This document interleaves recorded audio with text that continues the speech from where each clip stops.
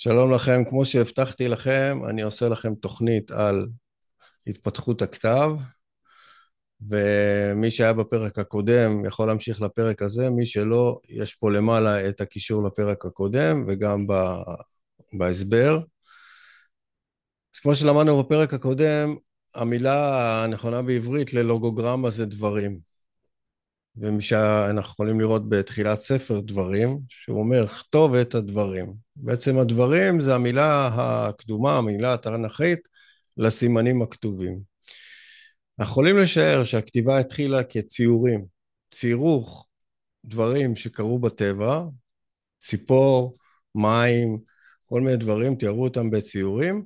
עם הזמן השיטה הזאת הפכה להיות סימנים בסיסיים שהחליפו את הציורים, ובעזרת הרבה מאוד סימנים נוצר לנו איזושהי שפה.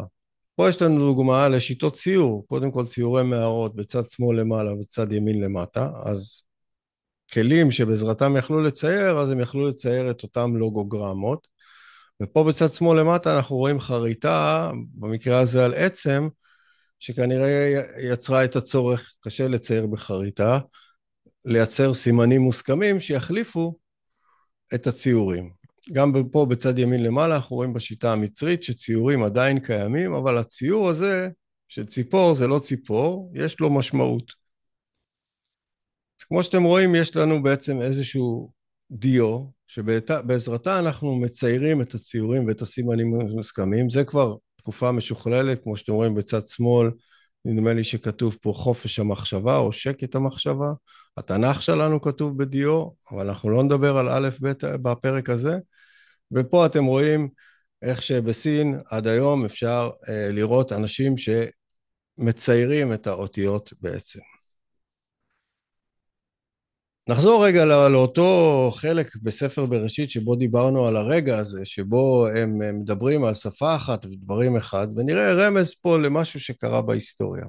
ויהי כל הארץ שפה אחד ודברים אחדים, כמו שאמרתי לכם, היה קבוצה של סימנים מוסכמים, דברים אחדים, ויכול להיות שהמשמעות פה של המילה זה אחודים, זאת אומרת ייחודיים, ויהי בנסע מקדם וימצאו בקעה בארץ שנער וישבו שם, ויאמרו איש אל רעהו הבה נלבנה לבנים, ונשרפה לשרפה ותהי לנו הלבנה לאבן והחומר היה להם לחומר. זאת אומרת פה בפסוק הזה הם מסבירים על הרגע שבו בני האדם מצאו את הרעיון הזה של חמר שאפשר לשרוף אותו בתנור. ומה זה אומר מבחינת הכתיבה? אם יש לנו חמר שנשרף בתנור, אחרי שהוא נשרף בתנור אי אפשר לשנות אותו יותר, יש בו מידה מסוימת של קיבעון. ואם יש בו קיבעון אז מתפתח הרעיון הזה של חוזה. יש חוזה כתוב שאי אפשר לשנות אותו, בשונה אולי מכתיבה עם ציורים שאפשר לצייר עליהם, או חריטה שאפשר לחרות, פה יש לנו איזושהי קיבעון.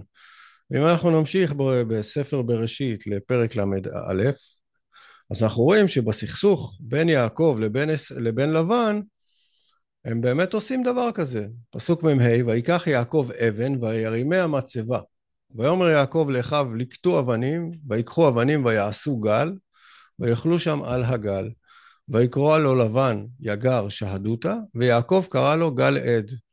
רמז, גל שהוא עד. ויאמר לבן, הגל הזה עד ביני ובינך היום, על כן קרא שמו גל עד.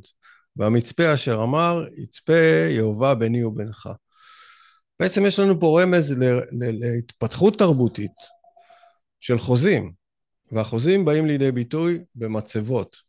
ואז יש לנו פה קפיצת מדרגה, לא רק שיש לנו כתב, שהוא לוגוגרמי, כתב דברים, יש לנו גם כתב מקובע.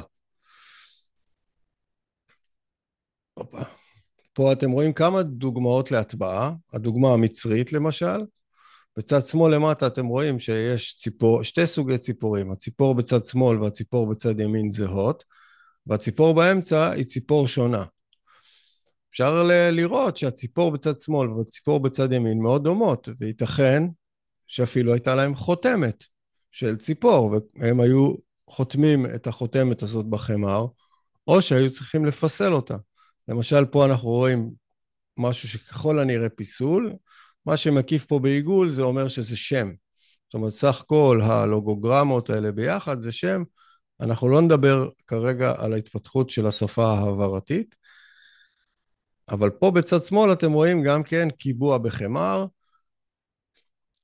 וכמו שאתם רואים, אני נותן פה כמה דוגמאות לחותמות. זה לא שלא היו חותמות לפני הקיבוע בחמר, הנה פה דוגמה לחותמת דיו, נכון, מודרנית, אבל יכול להיות שגם בעבר היה להם, או פה חותמת שעווה, אבל שעווה אפשר להתיך ולשנות, ודיו אפשר להוסיף קווים ולהוריד קווים, אבל חמר הוא הרבה יותר מקובע, ופה יש לנו דוגמה לחותמת חמר, שימו לב, זה איזשהו גליל, לוקחים פיסה של חמר מלבנית, שטוחה, גוללים את הגליל עליה, ואחרי זה היו שורפים את החמר הזה בתנור, וזה היה הופך להיות קבוע, זה חותמת חמר. אז החתימה הזאת הפכה להיות דבר משמעותי בתרבות, ויחד איתה התפתח לנו תופעה חדשה, והיא כתב היתדות. מהו כתב היתדות? אם עד עכשיו היינו צריכים לעשות חותמת לכל דבר, בעצם לכל אולגוגרמה, כתב היתדות עשה טריק. יש לנו יתד אחת, שיש לה צורה של משולש וקו, ובעזרת המשולש וקו הזה אנחנו יוצרים לוגוגרמות. אתם יכולים לראות בצד ימין למטה, רגע אני אזיז את זה, הופה. בצד ימין למטה אתם יכולים לראות משהו מודרני שעשו באיזה בית ספר, אתם רואים יש פה את הקו משולש שהוא ארוך, קו משולש שהוא קטן. ואז כמו שאתם רואים בצד שמאל, בעזרת הקווים האלה בנו לוגוגרמות. בגלל שאתם לא מכירים את הלוגוגרמות, זה נראה לכם כמו רצף של קשקושים, אבל בעצם יש פה לוגוגרמה אחת, וזו לוגוגרמה אחת, וזו לוגוגרמה אחת, וזו לוגוגרמה אחת, וכל לוגוגרמה כזאת, כמו שהבנו, יש לה משמעות. יש לה משמעות במציאות, אבל זה לא אומר שאנחנו יודעים איך אומרים את הלוגוגרמה. יכול להיות שבשפות שונות, היה אפשר להשתמש בביטויים שונים לאותה לוגוגרמה. בית, שפה אחת הם אומרים מה שהם לא אומרים, שפה אחרת, אבל עדיין השפה המשותפת היא כתובה בחמר, ובשיטה הזאת של שיטת היתדות, פה בצד ימין למעלה אתם רואים שיטת יתדות, אבל טיפה שונה. יש פה כמה סוגים של קווים, יש קו דק, שהוא כנראה חפץ אחד, וקו המשולש, ההטבעה המשולשת, שהיא כנראה חפץ שני. אני חושב שפה הסימן הזה זה מלך. לדוגמה מספרים, המספרים שהיו נפוצים באותה תקופה, אנחנו מדברים על אכד, על שומר, על מצרים העתיקה, על כנען. צד שמאל אתם רואים את המספרים, שוב בשיטת היתדות, המשולש והקו שיוצא ממנו. יש פה את 9 הספרות, 1, 2, 3, 4, 5, 6, 7, 8, 9, ויש לנו ספרה מיוחדת ל-10, יש לנו לוגוגרמה ל-20, יש לנו לוגוגרמה ל-30, יש לנו לוגוגרמה ל-40. לדוגמה, המספר 26, זה הלוגוגרמה 20, יחד עם הלוגוגרמה 6. הם ספרו עד 60. אני לא יודע אם אתם יודעים, עד היום השיטה הזאת קיימת. אנחנו סופרים 60 שניות לדקה, אנחנו סופרים 60 דקות לשעה, אנחנו סופרים 6 פעמים 60 למעגל של 360 מעלות. בתקופה ההיא התפתחה המתמטיקה, התפתחו הרבה מאוד דברים, הם מיפו את השמיים, הם מיפו את חודשי השנה, יצרו את לוח השנה, הרבה מאוד דברים נוצרו בתקופה הזאת, כנראה בגלל היכולת לקבע את הדברים, לקבע את הלוגוגרמות. עכשיו, לקראת הפרק הבא, אני הולך לדבר על איך חיברו שתי לוגוגרמות כדי ליצור משמעות חדשה. יש פה 3 דוגמאות. הדוגמה הראשונה, ואני לוקח את זה מהשפה הסינית, כי היא בעצם המקום ששם אפשר לראות, כי השפה הסינית המשיכה להיכתב בלוגוגרמות. פה בצד שמאל יש לנו את המילה אתמול. החלק הימני של הלוגוגרמה זה יום, החלק השמאלי של הלוגוגרמה זה לפני, או לפני או קדם, זאת אומרת כמו באנגלית, yesterday, לפני היום. פה בלוגוגרמה השנייה יש לנו את המילה בית, בסינית יא, שבעצם לוקח 2 לוגוגרמות ומרכיב אותם ביחד. הלוגוגרמה העליונה, שנראית כמו כובע עם שפיץ קטן, זה בעצם גג, והלוגוגרמה שמתחתיה זה בעצם אוכל או מזון, וביחד הם הפכו למשמעות של בית, ג'יה. אני בטח לא אומר את זה נכון. פה למטה יש לנו דבר שכבר מצביע לנו על הבעייתיות שיש בלוגוגרמות, שגם אם אנחנו יודעים מה המשמעות של הלוגוגרמה, אנחנו לא יודעים איך אומרים את זה.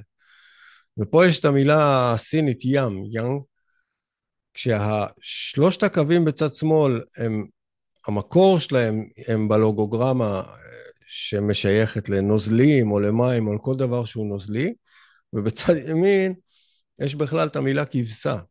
בעצם המילה כבשה אומרת לך איך צריך לבטא את זה, קיאנג.